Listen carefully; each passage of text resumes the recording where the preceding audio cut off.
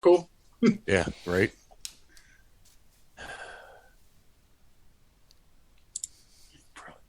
That off All right, there. let me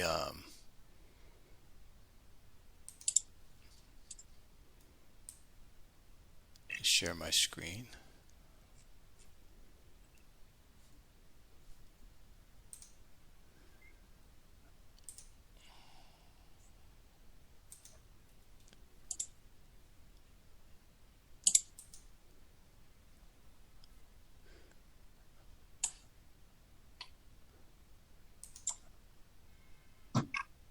Let's do that. Okay, we can go off of the site, and I can see if Howie jumps in, and I can see who else is going to jump in. Let me Got get enough to. tabs open there? I do. I didn't want to. I didn't want to change out of the screen, so I go. Let me just have the tabs open. Make it nice and Right, easy. There you go. Move this down. Wait, someone's actually giving you grief over having 6 tabs open, or is it just because there's 6 like IHOP tabs? I'm getting grief right now from Grim from make me have 6 tabs open. I'm just saying, like, I never have fewer than 20 tabs open in my browser window. Never few. Damn, I try to keep them limited. Can't do it. Grim So wants right to bust now my balls. I've got one open in the game. Oh Clean man. living right there, baby. 17 open currently. Okay, fellas. So what we wanted to do, we wanted to change it up a little bit. We wanted to say from each conference, pick one team that you feel is going to go all the way to the top to make it to the bowl. One team that's going to fall down to the bottom. And then give me your surprise team that might make it to the bowl and a surprise team that's going to fall. So each conference, one team that's going to make it to the bowl. Each conference, one team that's going to fall to the bottom. And So one should team we do from it- each conference. And we'll start with the Atlantic Ocean Okay, Conference I was going to first. say, yeah. Do we do the one conference at a time? Absolutely. So, all right, cool. Absolutely. So, since Quick and Kodos just got on and they didn't really prepare, Grim, why don't you give me yours? This is good. We like that. Yeah, there we go. So the one team I think will go all the way. I'm calling Ben on that one this year. I don't think there's a surprise. I think he didn't do as well last year in the playoffs as he wanted to. I see him going all the way. My surprise team, and this is why I was glad BG Bob was coming on. No. was Rochester. We'll stay with the ones with the bowl first. Okay. So yeah, he would be my pick for going all the way. I had 3, and it was a tough one. It was between Ben, Harlem, and Kodos' team. And I'm going with Ben as well. And the reason why I'm going with Ben's team is because his defense is playing off the charts. Oh, Skip Ford is a maniac. He's putting up points like Kodo is, but his defense is holding back the other teams. So that's why Ben's team wins it. But the other two come in close between Harlem and Toronto.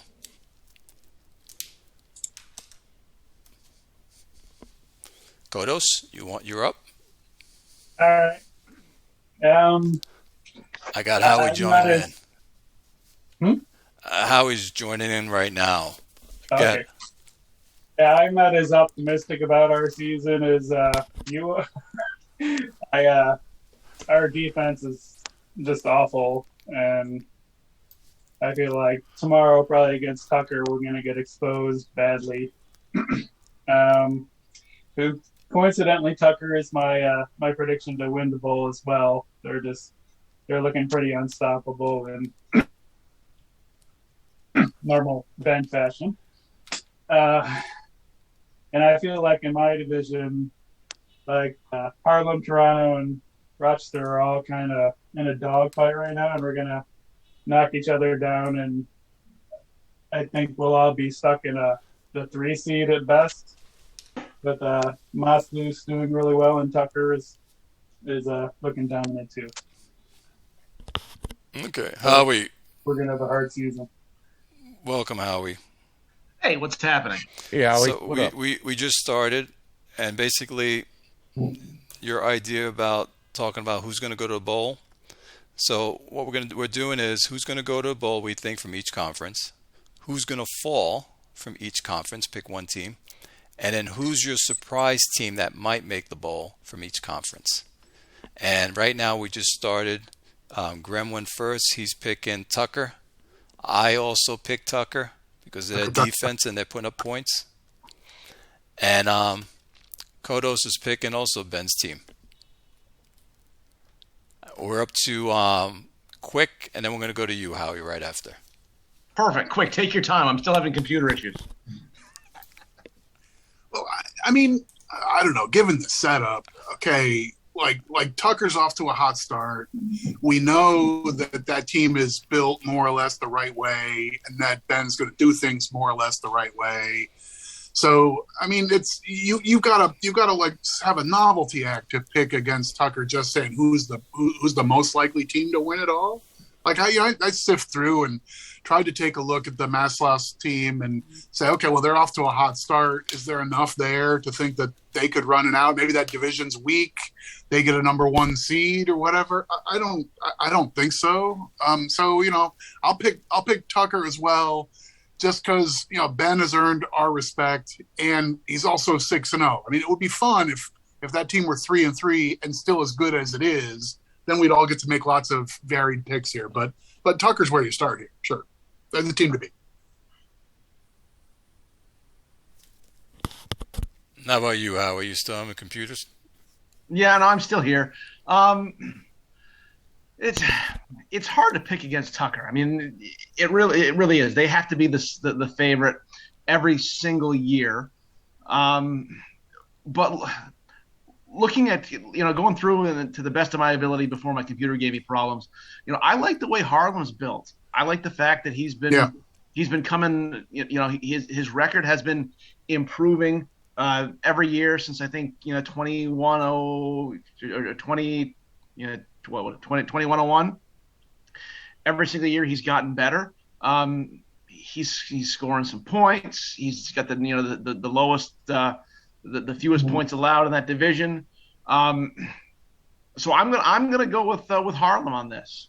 As much as I think that Ben's always there, I think that down the stretch Harlem puts a couple of games together in the playoffs, knocks them off in the championship game, and I'm taking Harlem to go to the bowl from the Atlantic Coast. Okay, there you go. You're just trying to be different, man. It's okay because we still got to pick a surprise team that we still think can take it all as well from that thing. Let's go over to the North American side. This one has been a little tricky. I can start it off. Mm-hmm. And remember, this was supposed to happen, fellas, before the season started. And so we talked about this. So I had Texas, Williamsburg, and Frederick.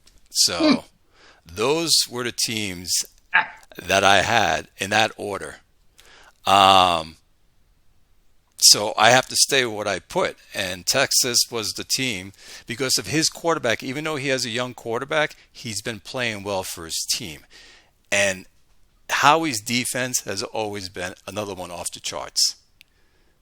And so those two together, where you have a quarterback that can play well in his offense, and he's putting up 30 points a game, and he got a defense that was keeping people down at 18 points a game, I had him as a favorite. And so that was my pick. Grim, you want to go next? You're still picking Howie?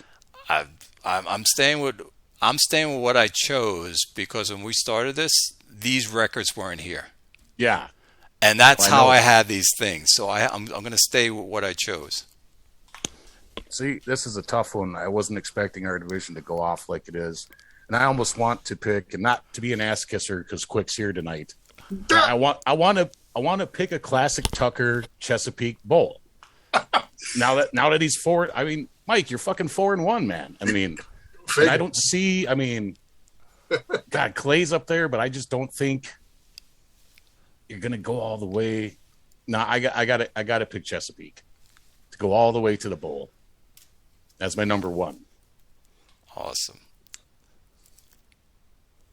because Brooklyn we know sucks in the playoffs, so that's why I can't pick him. Poor Jops, he can't do anything in the playoffs. That's why I can't pick him. So,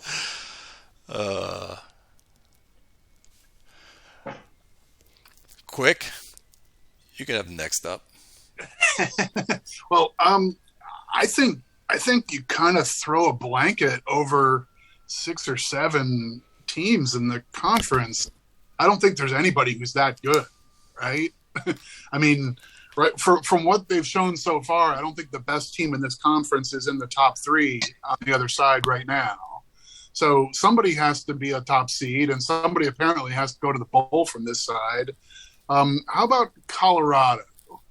The reason I might say that is they have actually not gotten particularly good quarterback play yet, and maybe they won't. Like there's not necessarily a whole lot there, but I kind of like that they're off to a decent start, 4-2, with a young developing quarterback who has the potential to get better as the season goes on. So if he gets some regression upward by being young and developing, and the team continues to just play generally okay, that would be a sneaky team who could look really good. They could be, 11-5 or so going into the playoffs as the 2 seed or something like that, and that could be a pretty tough out. So that'll be my pick to take the conference, Colorado. He's got a pretty stacked roster too, if you look at it. Let's look at his roster.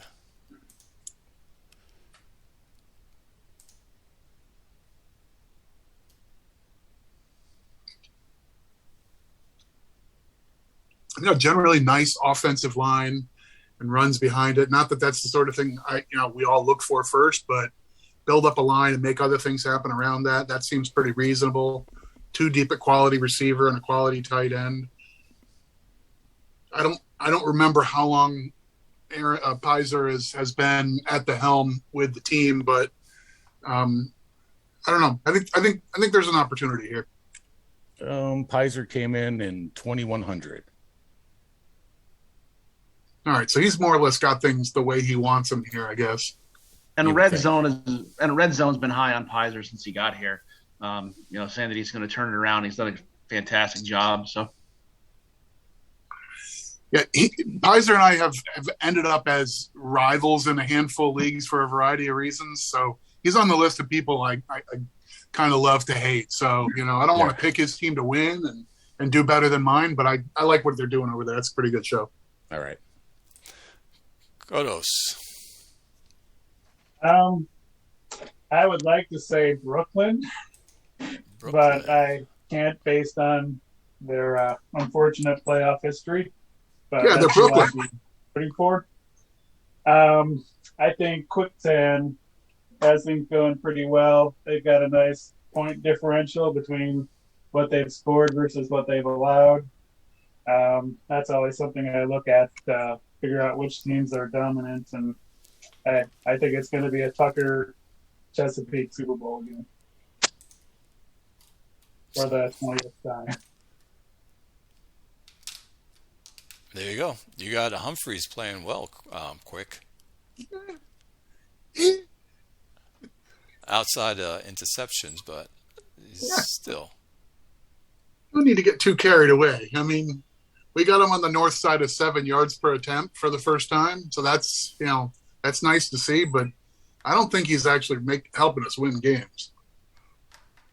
Looks like your defense is. Yeah, defense is bananas. We have 2 really good corners, and they've both been with us for they're 10th and 8th year guys. Yes, so monster chemistry, cohesion, all that kind of stuff. I feel like that might matter an awful lot for that unit. They're playing lights out, man. They are. Well, I've been playing them for 10 years. They're crazy. Yeah. You're only allowing 18 points a game, and you're putting up 29 points a game. Well, all we have to do is do 3 sets of these 5 games, and I'm 12-3 coming into the last week looking at a bye week. All we have to do is project it out. Piece of cake, right? Yeah, yeah. Yeah, change my pick. Chesapeake's got this thing locked up. Howie. I'm going to pick you, Clay. I think that you have Kendrick Starks really playing well. You have you have a team that's put together. You always seem to improve as the season goes on. So I just think that I got a feeling this is going to be your year. I like hearing that. It's music. Yeah. Music's my ears. Kind of sucks that Quick gave us a beating, but yes. Yeah. Hey, Slam, welcome. We have Slam Thunder in the house, guys. Rock and roll, shit. man. Nah, nice. I guess Badass. is he He's showing connecting the audio on my screen. Yeah. You love to see it. Sam? Slam? Yo, ST.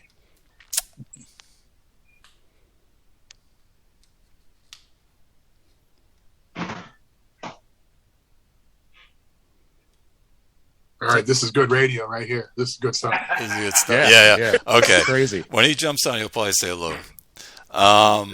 Okay. So we'll go back. Now those are the people for the bowl. Let's go back to Atlantic Ocean and tell me who is going to be the one falling to the bottom.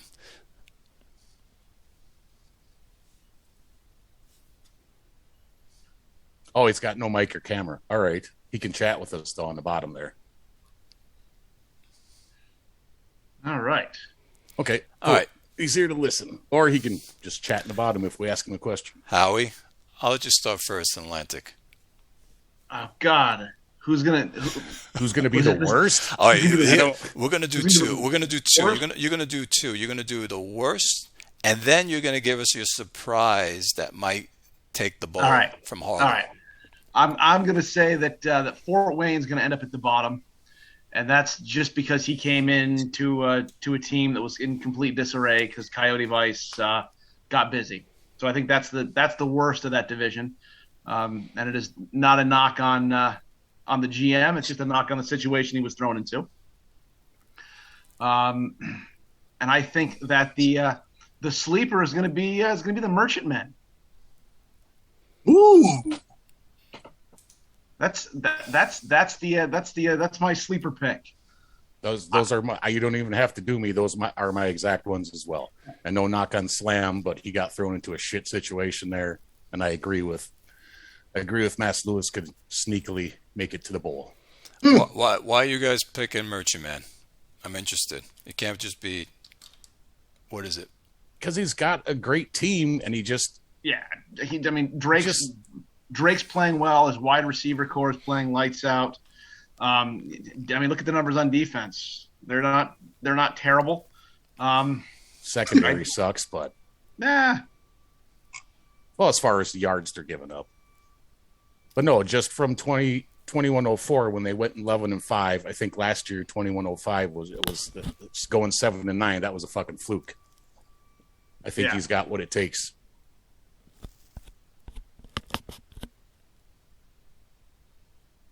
Okay. He also, I'm kind of down. I was flirting with picking them outright as my pick for the conference. And we know he puts a lot of thought into the roster, which I have a lot of respect for. So I'm really big into the religion of why is this dude on my team?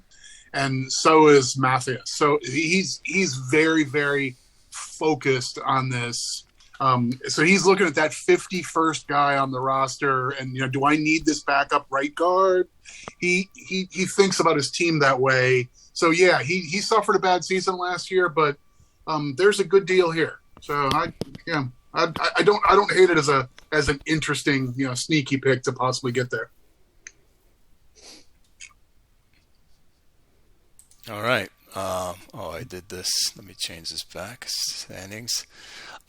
Quick, you're saying Merchantman as well as your sleeper, or you have a different team? So I think it's a little boring just because they're 5-0. If they were 3-2, I think they'd be a really interesting sleeper team. So I wanted to come strong. So how about Orlando? Orlando's 3-3, and they're in Tucker's division. So strike one, strike two. You're going to have to foul off a few pitches before you get something to hit. But actually, like, the underpinnings of this team are not so bad. He's got a quarterback who's been with his team for just a couple of years, and he's just starting to get things turned out right. Now, I don't know this owner, if he's going by another name in other places or whatever. I don't know if he's got a long track record of doing A, B, or C. So I'm throwing a dart here and saying this team wouldn't surprise me if they come from 3-3 now. They end up, 10-6. And they're, sort of an on-fire team, the now team by the time we get to the playoffs. And then, crazy stuff happens. Somebody beats Tucker and pushes them out of the way, and then suddenly, they find themselves rolling in, playing against Chesapeake in the championship. I love it. Sweet. And who's your team that's fallen to the bottom? Yeah, I don't think I've got anything really particularly clever to offer there. I mean, I think Fort Wayne's in a tough spot. I think Paris might also be in a tough spot, and that's a team that I don't think has been a cellar dweller year after year, but they may be sort of in a rut this season too. So if I want to pick something novelty, maybe this is Paris's year to be drafting early. All right, Kodos, your surprise sleeper? I'll go a little bit different. Obviously, Moss Luce is a good contender, but I'm going to go with Houston. I think their QB is working okay, and their defense is lights out. At least they're the number one scoring defense, number two total defense. Their division doesn't look overly tough to me, so I think they could make some noise in the playoffs, win the division. That QB is playing great for a rookie. Yes, he is. Absolutely. Yeah, he's got a good completion percentage, eight touchdowns versus 3 interceptions. That's not bad. And your bottom feeder that's going to hit the bottom? That one's harder to pick. There's several. Obviously, I think Fort Wayne, that's a tough. No one knows how to run a team that was put together the way that team was put together, except for one person. Yes, the perfect way to put it, right? The QB situation for anyone else would be pretty much a mess. Yeah, so I guess Fort Wayne would be my prediction for getting the first overall pick through no fault of their own. Okay. Every single player on the Fort Wayne roster now has an in-game nickname, so I want to change my pick. That's a last place strategy.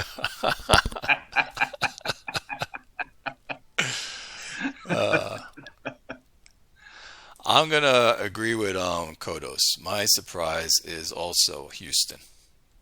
Same. His rookie quarterback, he's got him playing well. He's putting up points. And his schedule is not that bad at the end. So I'm seeing them as being a sleeper. And Paris is, I feel, is going to take pick number 1 in the draft. He doesn't have his team situated yet. Yeah. He's still figuring them out. So I see him as that.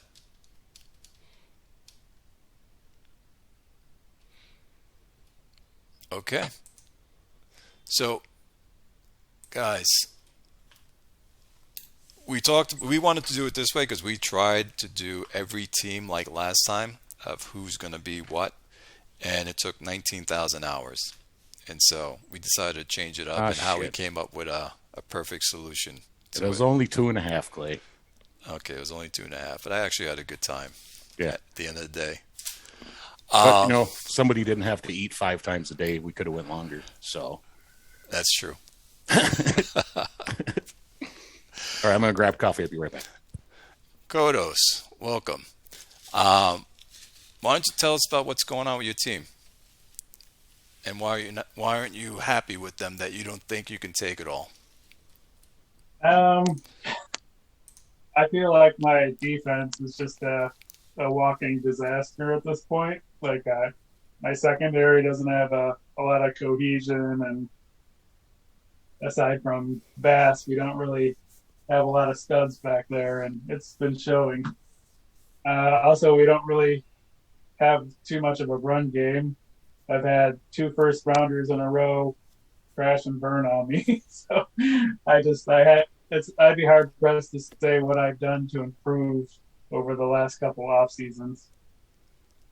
So, I mean, obviously, when you have a quarterback like Livingston, that cures a lot of problems. But I feel like we could beat up on weaker teams, but when I face with a strong team like a Tucker or a Chesapeake or any of the usual suspects, it's not going to go well. Yeah, because I was looking at your team before, and I was seeing Our receivers are old too. Like Lynch probably this was probably his last season. I have him signed for another year, but I'm not sure he'll come back after this season. because Howie brought up something last time when we were talking, Howie, myself, and we were talking about free agencies and rookies that help impact our teams. Is there a free agent that's helping you or a rookie that's helping your team, take that next step? Because I know you're not happy with 2 first-round picks back-to-back years. Yeah, the running back, do you think that was like a volatility pick thing this season or just a bad pick? Quick and answer that one. Yeah. I'm actually playing him a little bit like the receiver I got last year that was a bust. He never even saw the field. But I'm at least letting the running back play some plays. He's done okay catching balls out of the backfield a little bit. Although you wouldn't know it from his route running bar. He has like a 12 route running. So obviously I don't want to use him too much, but I'm at least trying to give him a chance to show anything. Because I liked his combines. Like he was fast, good bench, good agility, good broad jump. But he just, he plunged how much? About almost 30 points in camp. So, Which player was that one? The running back? Jazuyak. Oh, okay, down here. Yeah. Aptly named Buster. I don't think I have a lot of young talent that's really helping me much. Quick, are you here? Feedback that. Yeah, I'm here. The volatility. He feels that the volatility killed off his running back, and I know you have. That's baloney. Yeah. Was he just bad from the start? Yeah, probably. I would actually feel a little better if it was volatility, but it's not my fault. Yeah, you want to elaborate on that quick? Why isn't it volatility? Yeah, well, I'm trying to catch up. I was trying to be colorful. Let's see. Because I know you have strong feelings about the. Oh yeah. Oh, I'm sorry. Yeah, I'll take it all back. I mean, I do want to lay the blame on you, but in this particular case, this is definitely a volatility, right? Yeah. So this guy goes from 40-60 to 26-34. Yeah, that's just bad luck. Tough break, man. Yeah. Yeah, the receiver last year was my fault. Yeah, but drafted a running back at pick 20, that's still on you though, man. You can't do that. Yeah, well, it's just I was trying to there weren't any receivers available at that time. I was just trying to get someone on offense who could be a difference maker because my existing running backs aren't all that hot. Oh no, so Kodos. There was rolled the dice and it didn't work out. There was 3 wide receivers drafted after that pick that ended up being good. Terry Garcia, George Mueller. Yeah, Tucker. Yeah, great, awesome. Alas, I don't have the Tucker wide No, receiver it was Chicago, Mass Lewis, and Tucker. So Yeah, Red Zone got a good wide receiver. he Garcia. did, and he's freaking playing. He is playing good. That Garcia guy is. Where is he? Here we go.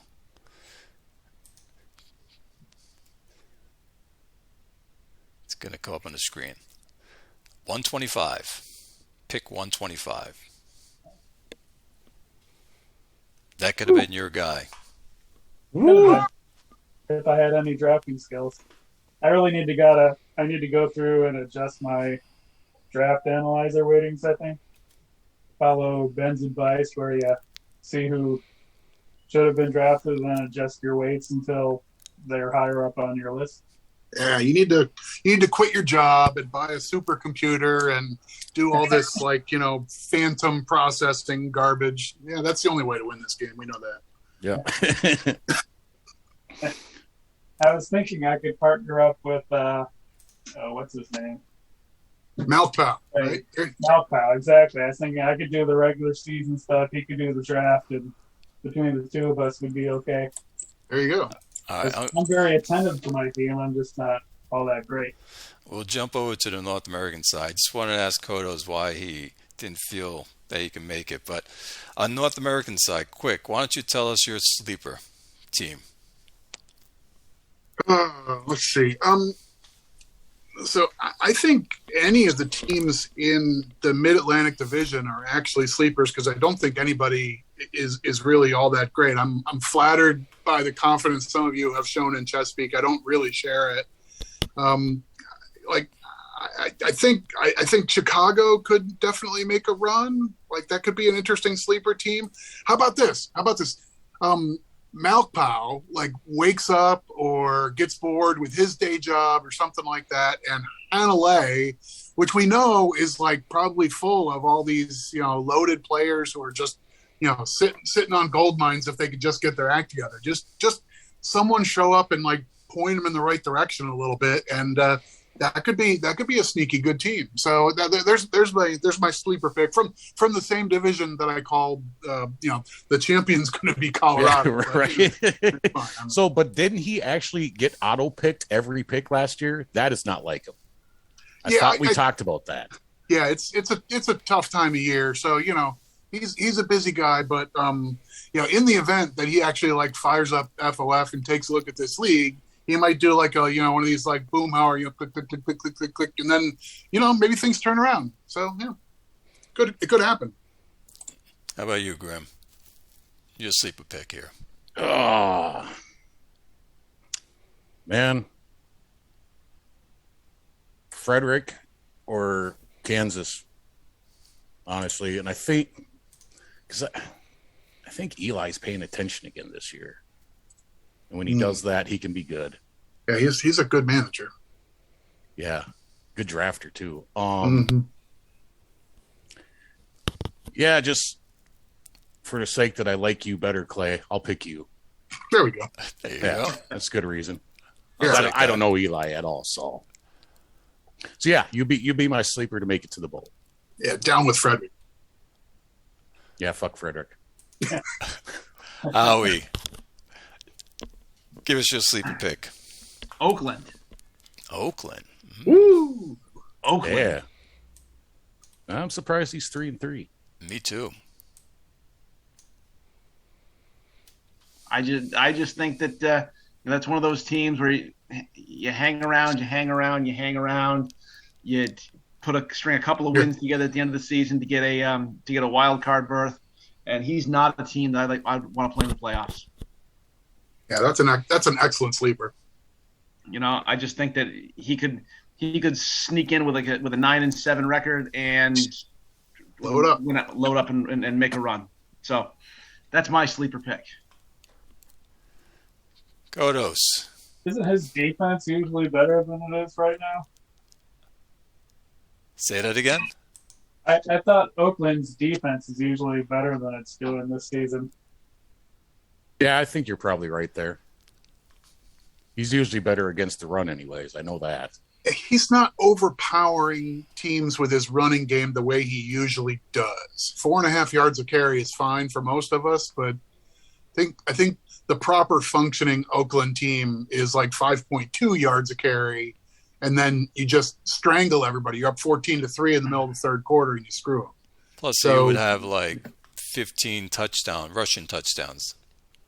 Right, instead of 4 through 5-6 games, right? That's not like them. So yeah, there's upside here. I agree with that. Looks like he's down on his defensive tackles and linebackers as well. As far as his roster is concerned, he usually has really studly defensive tackles, so that could be contributing to the problems with the run defense.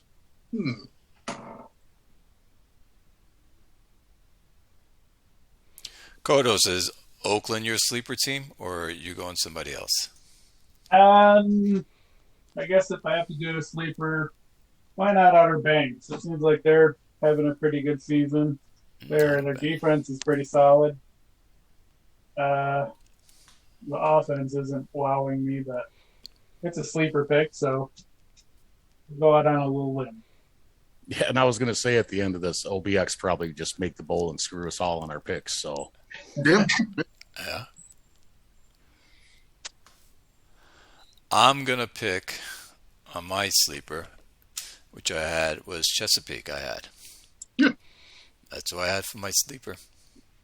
Beautiful. So quick.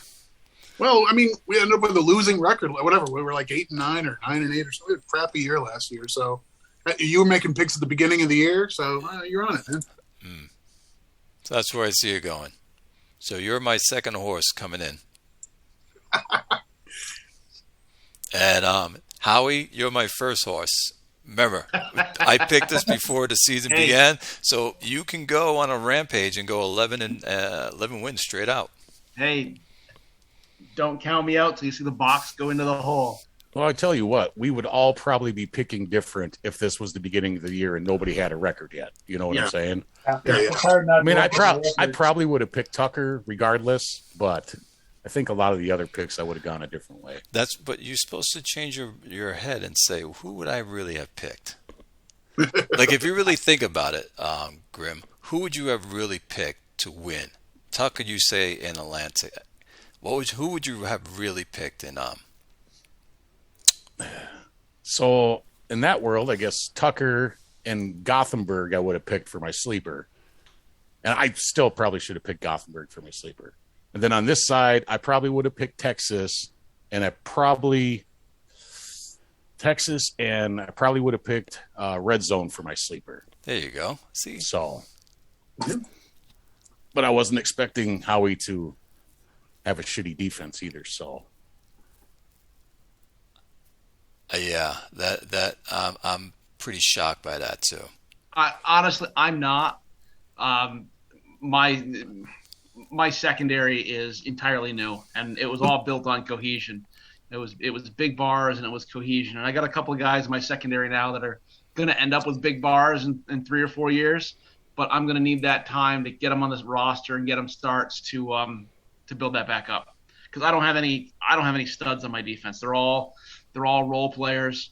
In fact, the only guy that started on my defense last year, I just put on the IR. yeah, you're way down on the bottom for secondary cohesion. Yeah. I mean, it was bound to happen. I had a whole bunch of guys that were aging out. I released my starting cornerback in the preseason. I could have rolled with him, but he took a huge hit. His bars weren't any good anymore.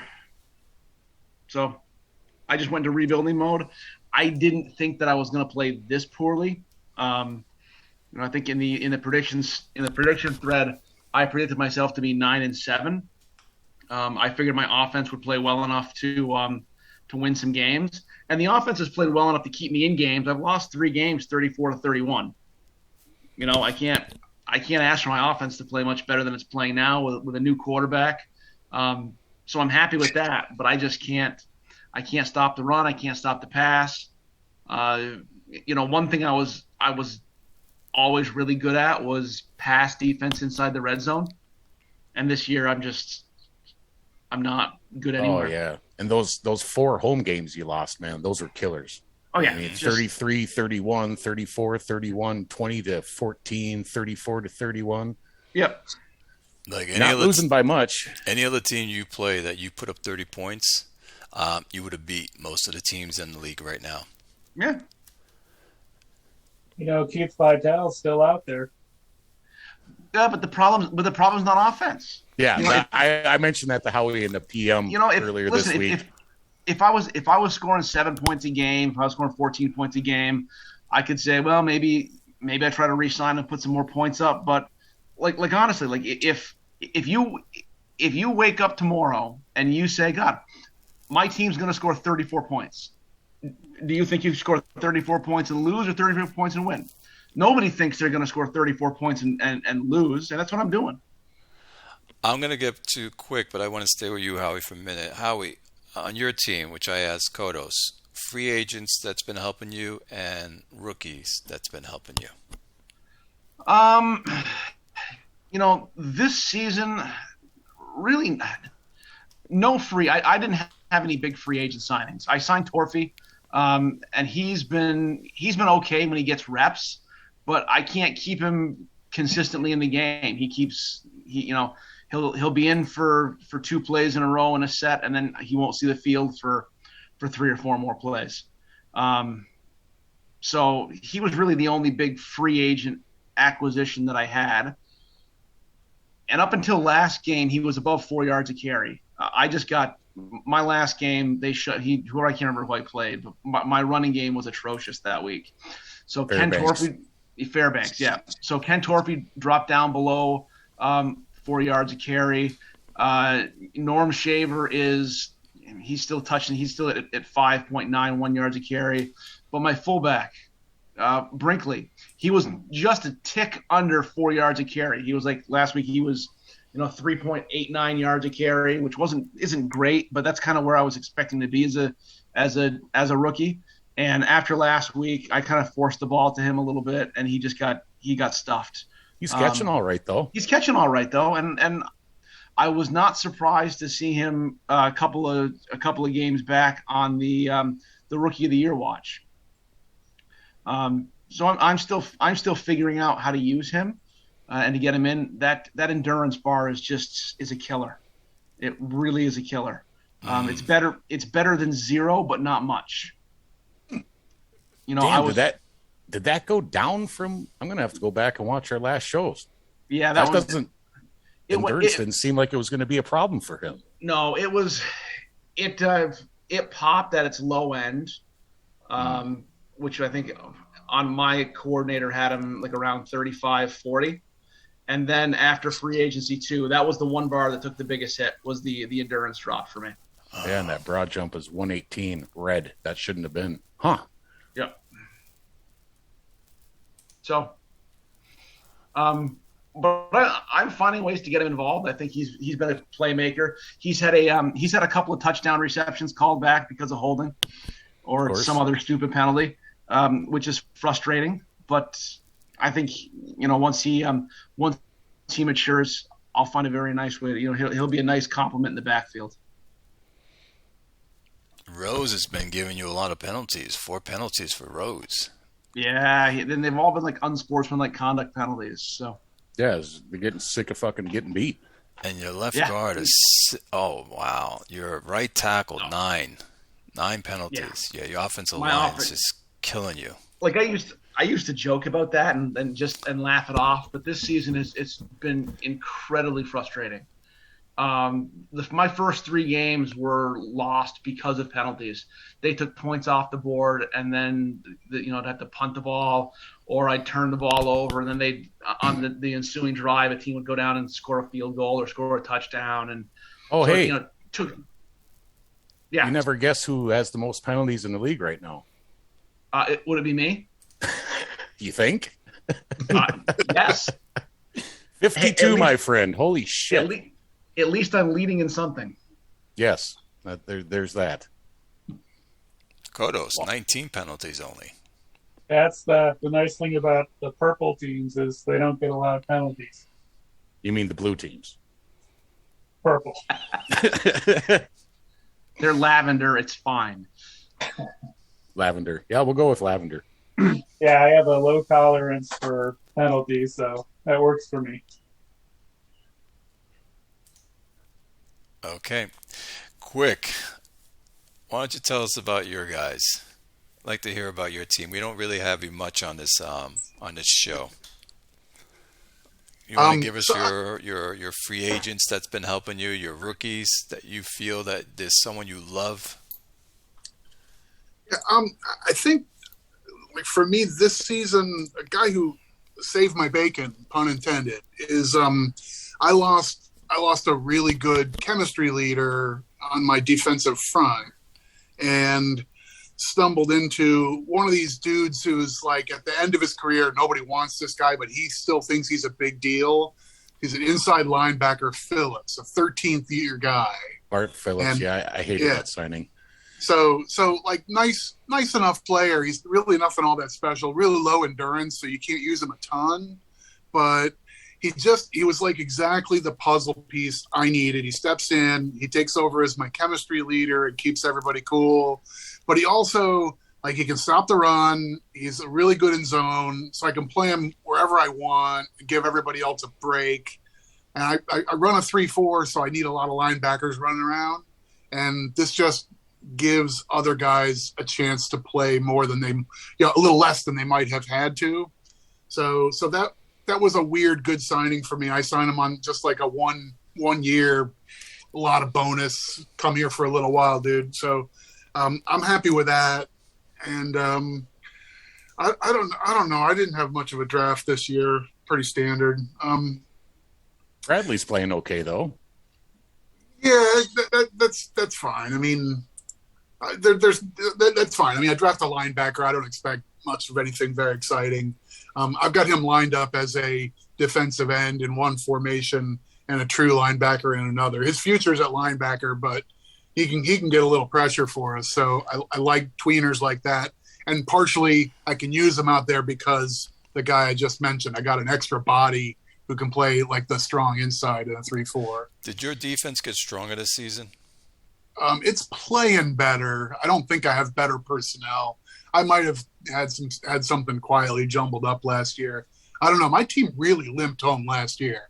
I had a great start, and then we played terribly. Quarterback was awful, and through the last 7 or 8 games of the season, I couldn't find a win. So I don't quite know what happened in that tailspin. I also don't know why we've won 5 in a row and nobody can score on us. But in any event, the pendulum swings a little bit. I don't attribute to any like one obvious gigantic thing. My quarterback's still getting sacked a lot, which I don't totally know why. I mean, I don't have a great offensive line, but it doesn't look to me like it's deep liabilities. But he almost took 3 sacks a game last season. He's on to a similar pace this year. He's got, I've got him at like 60 cents rush, so it's not that he's a nightmare. So anyway, that's a bit of a mystery. I spent a long time with that guy Corwin Blanchette, he was sort of like how these baseball analyst guys say, like, the only thing the pitcher controls is whether you strike a guy out, walk him, or give up a home run. So I had a long-time quarterback who basically was no good, except he was almost impossible to sack and he never threw interceptions. Turns out that's like almost everything you need. Exactly. So in this game, like, those two things are a huge part of what makes a quarterback valuable. Whether you occasionally throw a bad pass on a 9-yard pass that goes over a guy's head is like a rounding error in this game. So all those red bars are mostly for naught.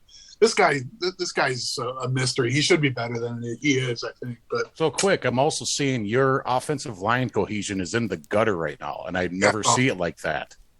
Yeah, I just had a lot of turnover. 3 seasons ago, it was probably the best in the league, and I just had retirements and stuff. So, and I only have one guy in this offensive line that I actually think is part of a long-term plan. So yeah, that's not really where I like to be.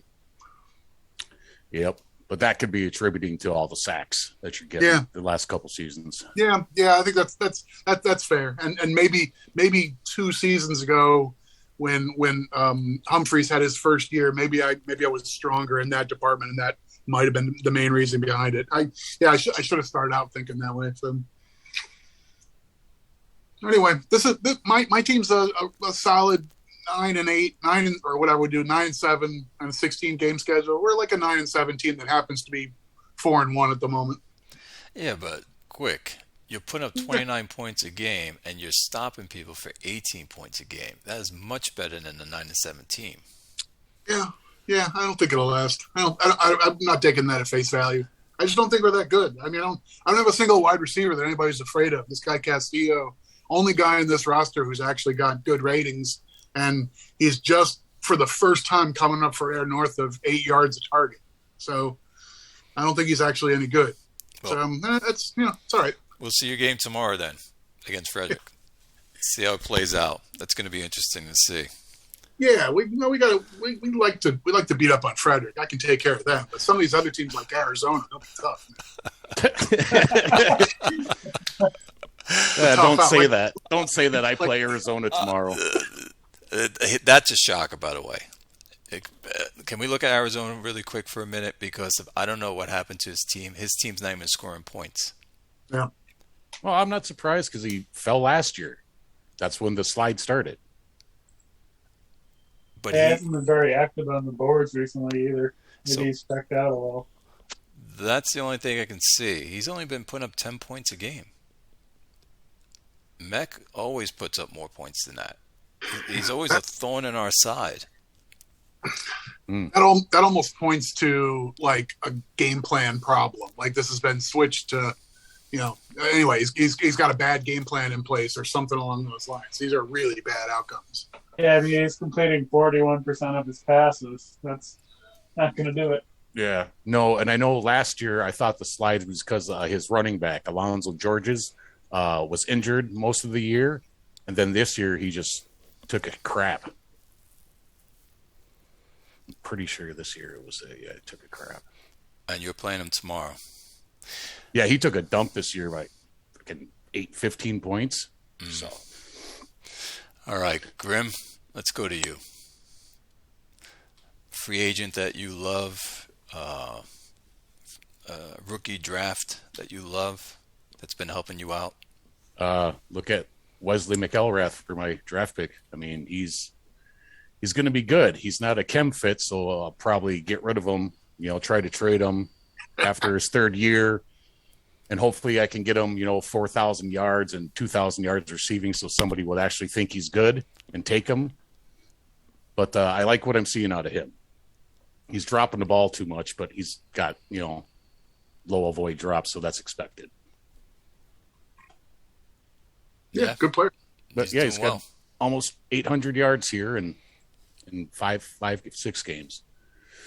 And then I suppose, go ahead. Yeah, he's that weird profile with the low elusiveness rating that I'm sure we've like batted this beach ball around, but yeah, the low elusiveness probably means he doesn't juke around and make crazy nutty plays, but he also didn't get trapped 2 yards behind the line of scrimmage very often, and so just grinds out yards more reliably than the average Bear. He's the perfect profile for that kind of running back, I think. Yep, absolutely. Howie, you are good with running backs. What do you think? I'm trying to. My computer's frozen up here. Oh, you can't see. Okay. Well, just give me a second. It's before I smash it with the beer bottle here in front of me. All right, Williamsburg. Let's try this again. Boom. All right, who are we talking about again? Which guy? Is running back. Wesley. Wesley? Oh, I love that guy. No, that whole recognition and that elusiveness, yeah, I agree with Quick on that. Third down rushing, power inside, breakaway speed to the outside is average. That's not a guy I'd run a lot of sweeps with, but I would definitely not have a problem running in between the tackles, which is where I spend most of my time. I love the route running bar, the third down catching bar. So he's a great threat on third down. Where's his and avoid drops is gonna. I've got him at 52, and my scouts, my offensive coordinator is terrible. So I think he's a solid running back all around. He looked good in a Texas uniform. Yeah, you can have him at in his fourth year for 2 firsts. just slide into my DMs and we'll talk about it. Slide up in your DMs. Gross. All right, and then I would say my best free agent pickup. I mean, I had mostly just garbage filler guys, but Donald Wilkerson's playing okay for us. I was hoping he'd get a little bit better. And what team did he come from? Fort Wayne. Fort Wayne. He was one that CV didn't resign. So he's doing all right for us, but I was expecting my quarterback to be a little bit better, but he took another 10-point hit this year as well, and he was already in his 30s. So then, other than that, the only thing else I got left to say about my team is losing Fields and losing Vandervoort for the year fucking hurts. I mean, my pass defense went from, I think I was in the late teens, early 20s, and as soon as these guys are gone, bam, I'm like number 31. And it's going to be that way the rest of the year because these other guys are just not very good. Yeah, what do you know, man? You sign a longtime Chesapeake Chitlin guy, bring him into your secondary, hangs out with your dudes, and suddenly everybody pulling up lame. Huh? How about that? Yep. Devin Rogers. Maybe you'll fucking learn one day, huh? Not to say, well, he has no personality, so I didn't think he'd affect the team at all. But he's actually not playing that bad, but he just got that knee tendonitis shit too. So, it is what it is. That low endurance will always cause massive injuries. I got to tell you, your Mid-Atlantic division, tough division. Look at that: 4-1, 4-1, 4-2, and 3-2-1. No, and that's just been since Brooklyn came on and Frederick started really playing. But I kind of feel that way about the Northeast Division now, too, with Harlem, Toronto, Rochester, and North Plainfield. They kind of look like they're our division now, Yeah. Yes. I'm kind of shocked that North Plainfield, he had his team going, and he kind of dropped back a little bit. Well, in a division like that, somebody's got to be in fourth place, right? Yep. But like, God, anybody can win that division. Like that's right. Yep. Yeah. I'm kind of expecting Rochester to drop a little, like their point differential's not so good. Like they're negative 35 points. Yeah, he's still struggling to get that. Yeah. He's still struggling to get that quarterback wide receiver combo going. Yeah, he is struggling with this quarterback. This quarterback is not a bad quarterback either. No, and unfortunately, Ben's never going to allow those two to be traded unless he's got a feasible option behind him. It looks like he took a dump this year, too. You think it's game planning? No, look, that point differential is a function of two monstrous blowout losses.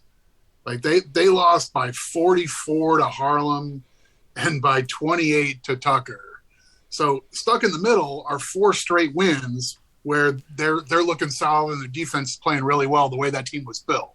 So that's okay, two really bad losses, but they're just one loss. Even if you lose by 44 points, it's still one loss. Yeah. Yep. No, I'm saying it's quarterback. Yeah. You think it's a game planning thing that his quarterback's not putting up touchdowns but more interceptions?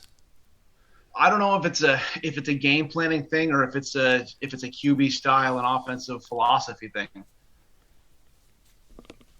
I don't know what style quarterback runs a balanced offense best, but I wouldn't think that a long pass quarterback would be the number one choice. So when I start looking at teams like that are struggling to put points together, could it be a game planning thing? It could be, especially if I learned a long time ago that the game, when I first started playing multiplayer, that the game really punishes you for doing the same thing over and over and over again. So if you're spamming one particular route, it might be successful in the first quarter. By the time the third quarter runs around, you're not gonna get that pass anymore.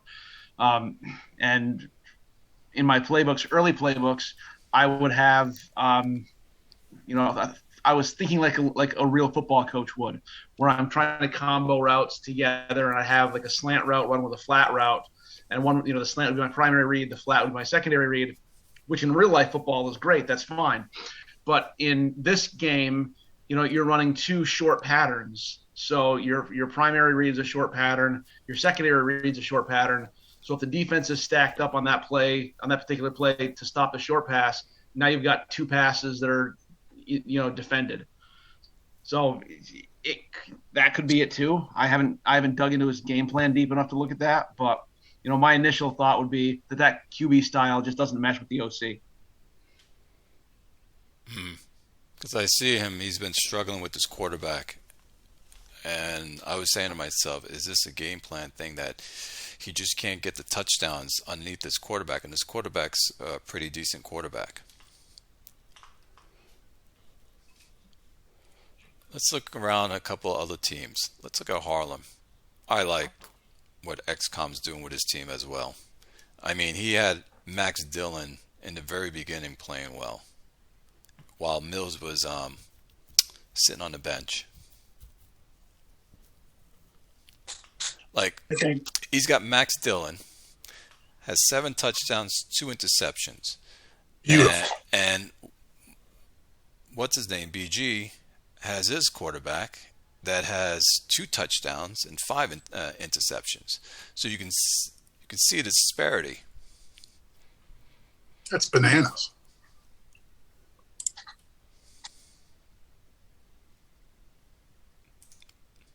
And that Rochester QB is the 3rd highest rated QB in the game.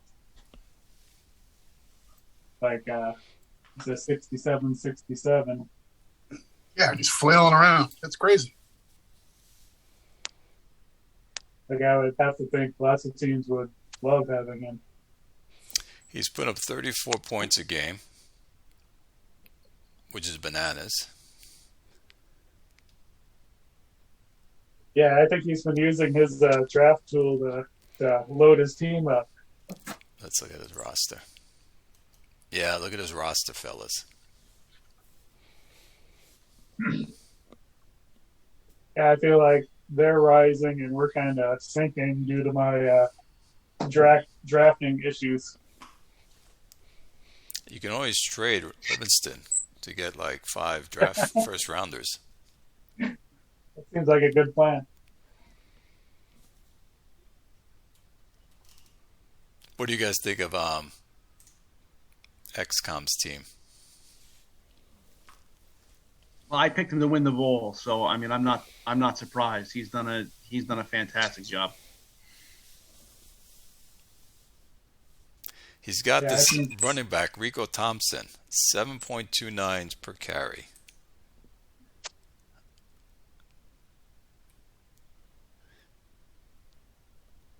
And that's with a rookie, too.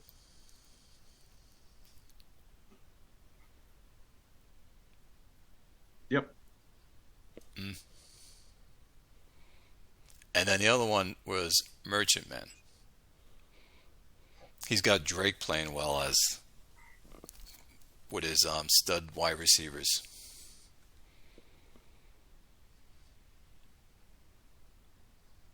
Yeah, 10 touchdowns to 2 interceptions. Can't complain. No. Because I know, who was his other quarterback before? Oh, it was I think he's still on the team.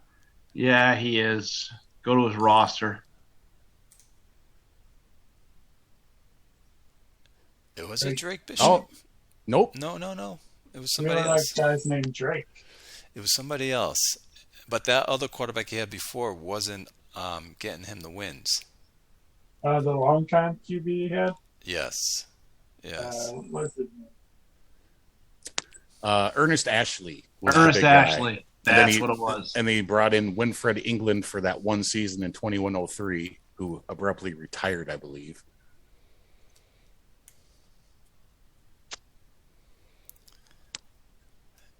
He also turned his team around, and he's working it nice.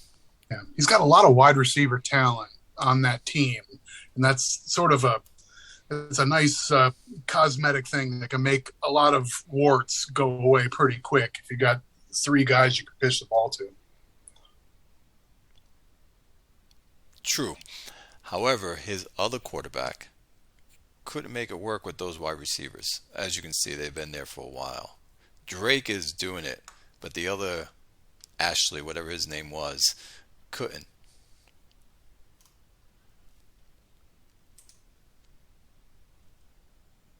So I like what he's doing, Mats. It's got to get to the bowl before those receivers age out. I know.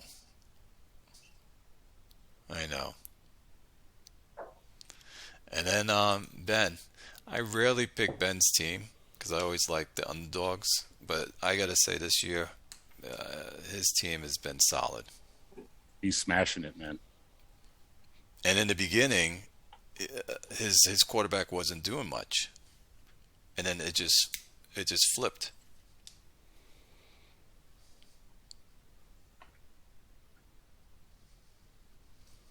Yep. Lights out. Oh, this guy Clevenger, the one that was injured for 2 seasons, I believe, is back. This was a guy he picked that no one caught. Yeah. That's usually the case.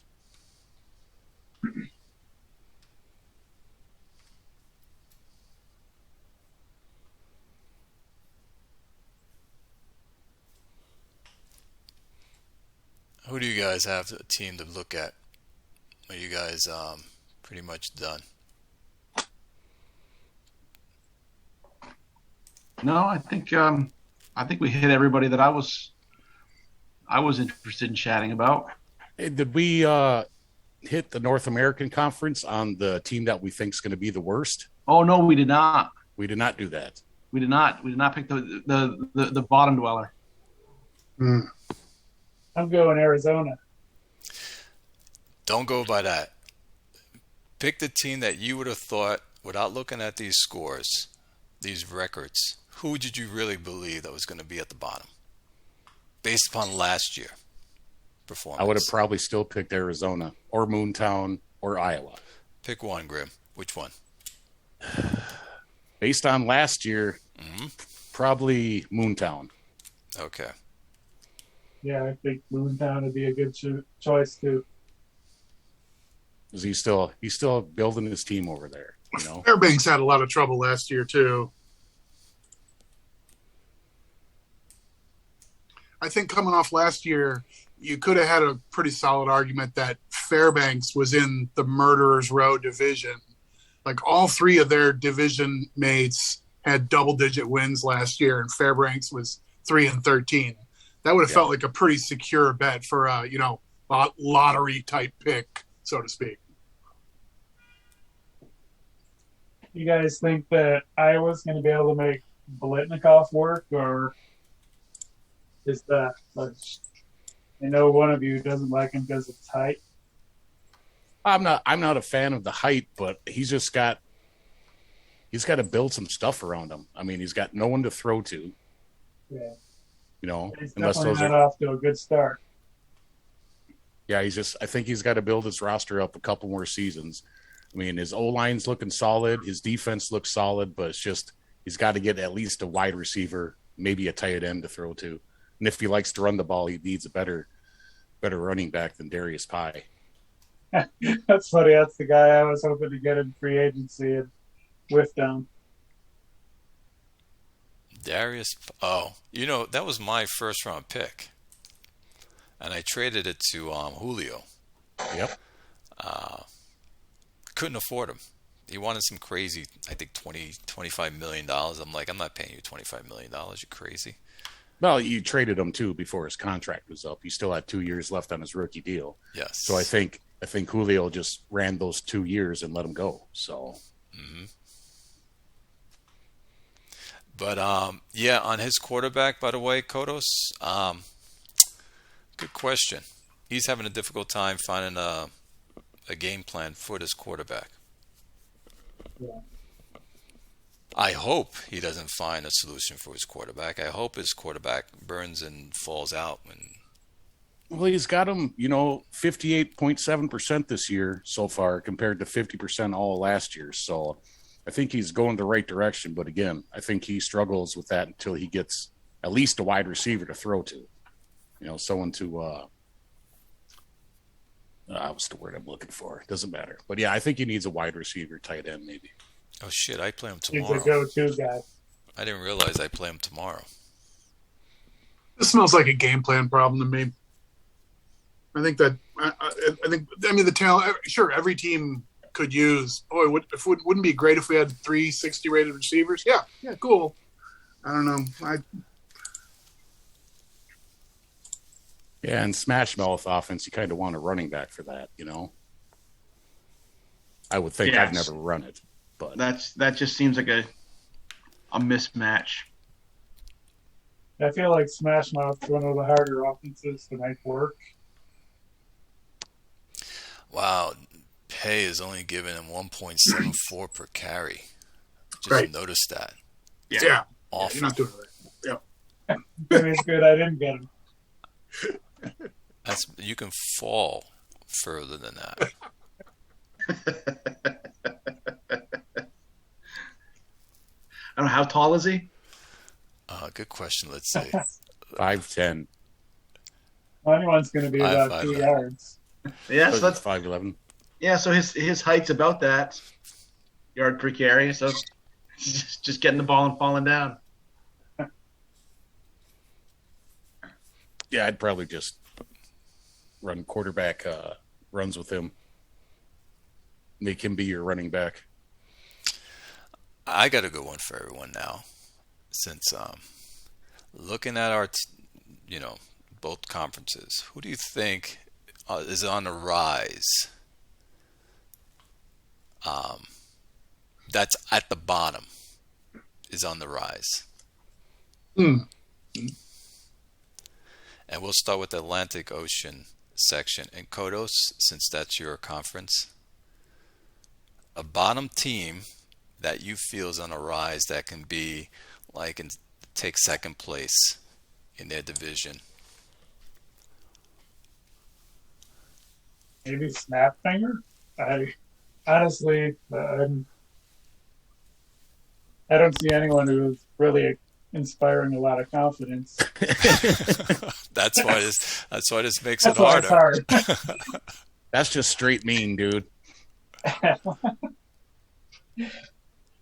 Oh, you got a bunch of teams with one win.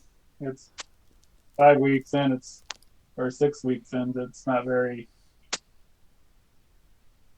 It doesn't fill you with confidence. I've seen teams that are 3 and something. They just flip the script and they're like maybe 10 and 6. The Fort following Wayne year. did that a few years ago. Like he got off to a pretty bad start and then turned things around. For me, it would have to be Augusta or Augusta, however the hell you want to pronounce it. I think it goes both ways. So Yeah, I don't. I mean, his quarterback's thrown 61%. Mesa's got 730 yards already. I don't get why this team's failing so bad. Yeah, Mesa's just a beast. Yeah. Like just an absolute monster. And then he's got Roberto Joyner that he can throw to, who's coming up. He's got a solid O-line. If you look at his defense on the roster page, it's pretty fucking stacked. I don't know. I can't fathom why he's 1-5 right now. So he would be my bottom team right now that I think could probably take second in his division. okay. How you want to give it a shot? We're just in the Atlantic Conference. Yeah, let's just do Atlantic Conference, and then we'll jump to North America. Oh, Would you like to see people's rosters like Bordeaux? no. It would just. I don't know. I don't know. Listen. Instead of just sitting here with, like Rush Limbaugh used to do, he wouldn't just sit there in silence. He'd sip at something. I'm just going to stutter. I'd have to. I kind of agree with Augusta, but that would be kind of the cop-out answer. I think North Plainfield. If there's one team that's going to come around, if he gets his defense playing, I can see him going from the bottom up to that second place. I don't think he's going to take over. I don't think he's going to beat Harlem, but I think that that he could. He's not far enough out that he couldn't make a run at it. Yeah.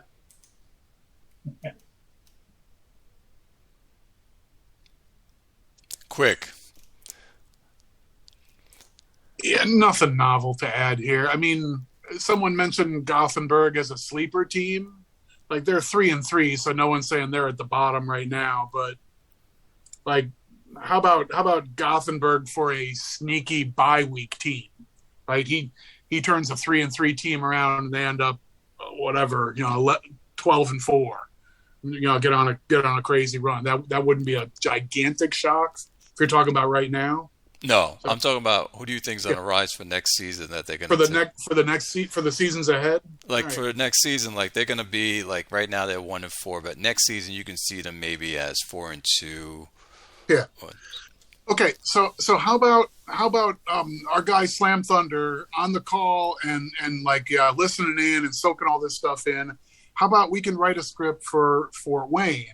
That's a weird circumstance, right? You take over from some crazy mad scientist who wants all sorts of weirdo combination bar profiles, all that kind of bullshit. So it takes you like a season or 2 off seasons to actually cycle through all that, get the kind of guys you want to run the kind of team you want. And suddenly this team, instead of like maybe this season is going to be a lost cause. Maybe they're 3-13 this year. And then next year it's like, wait, what happened? How's this team 9-7? That seems like it could totally happen in year 2 after you run that dude out of 10, right? And looking at the defense, his defense is not, it's not terrible. There's potential to get better. Offense. He's got wide receivers to throw to.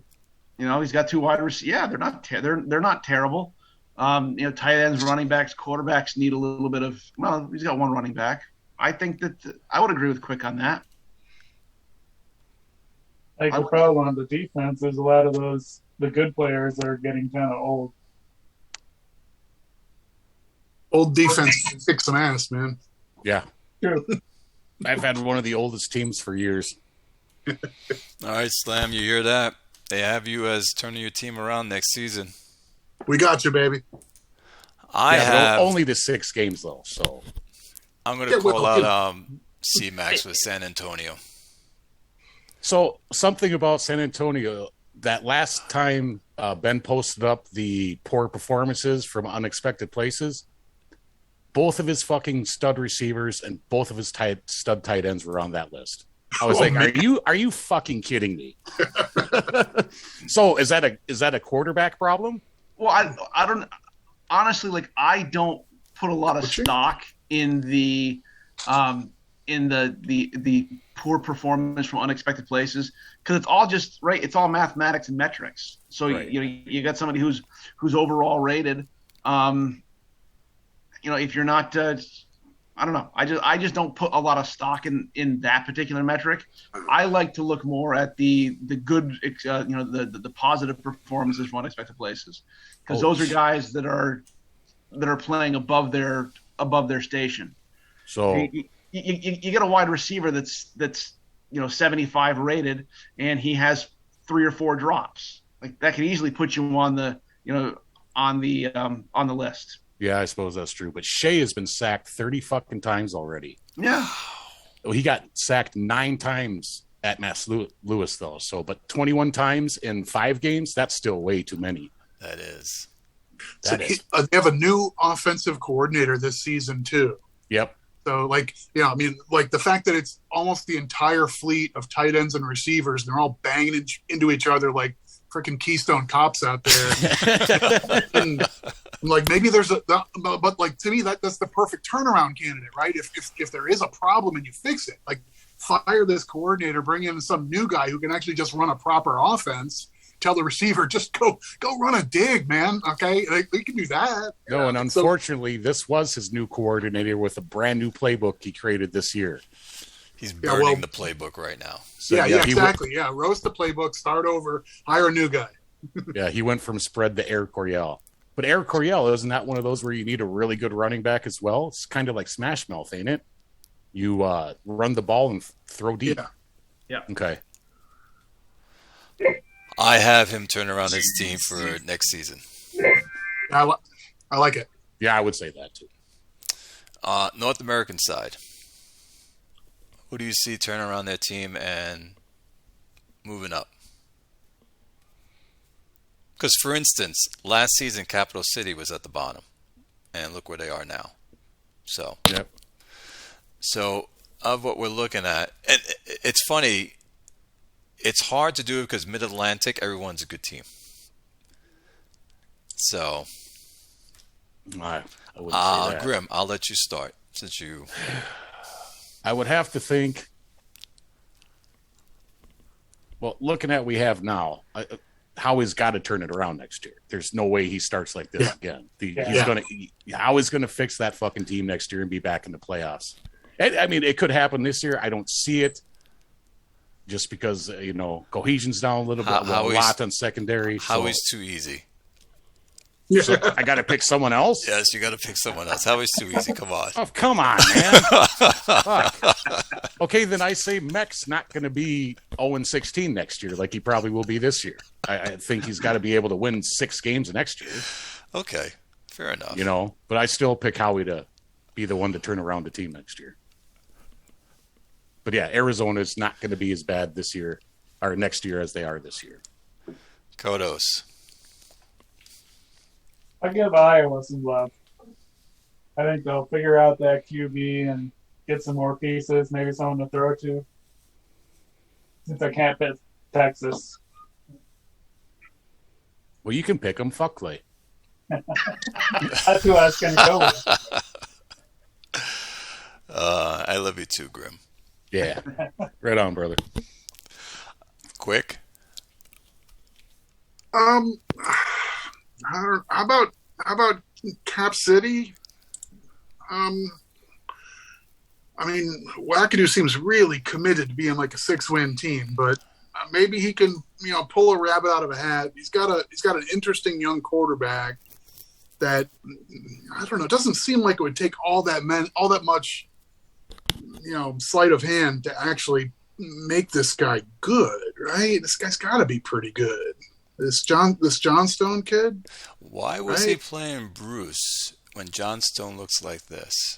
Yeah, I'm assuming Johnstone must have been hurt, but anyhow, let's take this guy at face value and say there's too much quarterback right there for this team to be on the bottom side of 500 for long. So I don't care about the 2-minute offense and scrambling and stuff like that. That guy's got a series of great bars and 90 cents rush. That guy should be an institution. Yeah, it looks like he's just coming off an elbow injury. Yep, 1 week. I think he was out. Okay. Yeah. Or a couple weeks. Yeah, no reason.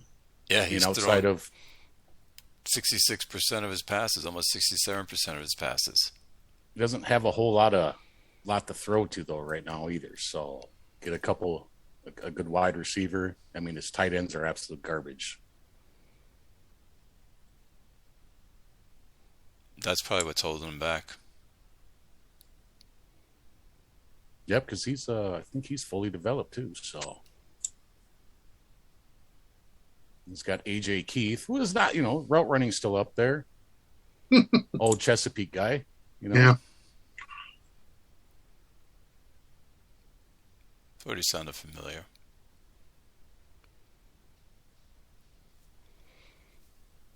Hey, it's serviceable. Okay, so I will then choose.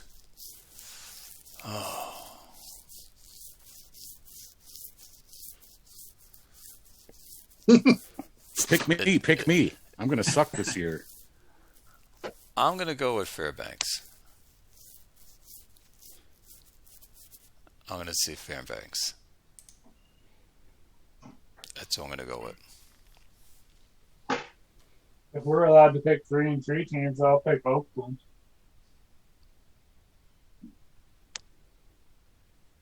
I think Oakland's still going to make the playoffs this year already. If I had to go with less than a winning record between the two, between Moontown and Texas, I'm taking out. It's between Moontown and Arizona. I'm going to go with Moontown over Arizona.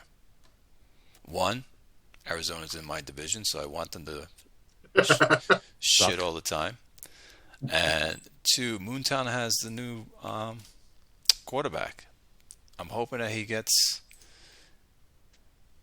to use him properly.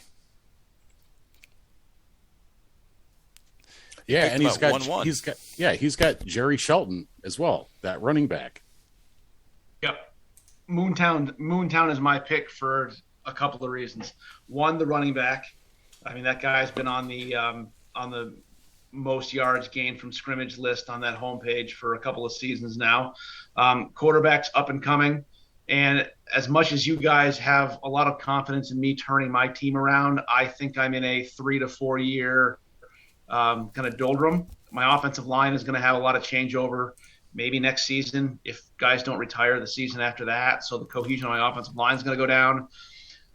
The last couple of years, I've had just a death grip on my division. I think maybe I've lost like 4 games in the last 6 years in the division. I don't see that happening. So I think Moontown will take maybe 2 for me, maybe 1 for me. I see them taking, splitting against OBX, splitting against Cap City. I think they're gonna do well, and they're gonna kind of be sitting there at that position where they could easily go from the number 3 team to the number 2 team and sneaking into a wild card spot.